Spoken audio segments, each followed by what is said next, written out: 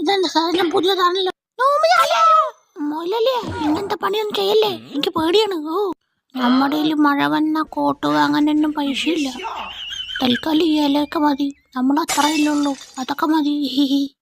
ഇതെന്താ മണം അവിടെയൊക്കെ. എന്നെ കുഴിയിലെടുക്കാൻ തീരുമാനിച്ചല്ലേ ഇയാള്. കാലൊക്കെ ഒന്ന് കഴുകിക്കൂടെ വല്ലപ്പോഴോ. എടാ ജ്യൂസ് എങ്ങനെയുണ്ട്? രതീഷ്, ഞാനല്ലേ വിളിക്കുന്നത്. ഇങ്ങനെ തുടങ്ങാമോ രതീഷ്? വന്ന വഴി മറന്നാലും പോയ വഴി മറന്നാലും അടുക്കളയിലേക്കുള്ള വഴി മറക്കല്ലെന്നാണ് ഈ കുരുമാസ് പൂച്ചാന്തിയുടെ അഭിപ്രായം. മീൻകറിയാണോ മുതലാളി? മീൻകറി കൂടി ചോണ്ടിട്ട് എത്ര നാളായി. വൈദ്യപോയി വാസ്തുശാസ്ത്ര പ്രകാരം നമ്മുടെ അടുക്കള വലത് സൈഡിലാണോ അടുത്ത സൈഡിലാണോ മുതലാളി?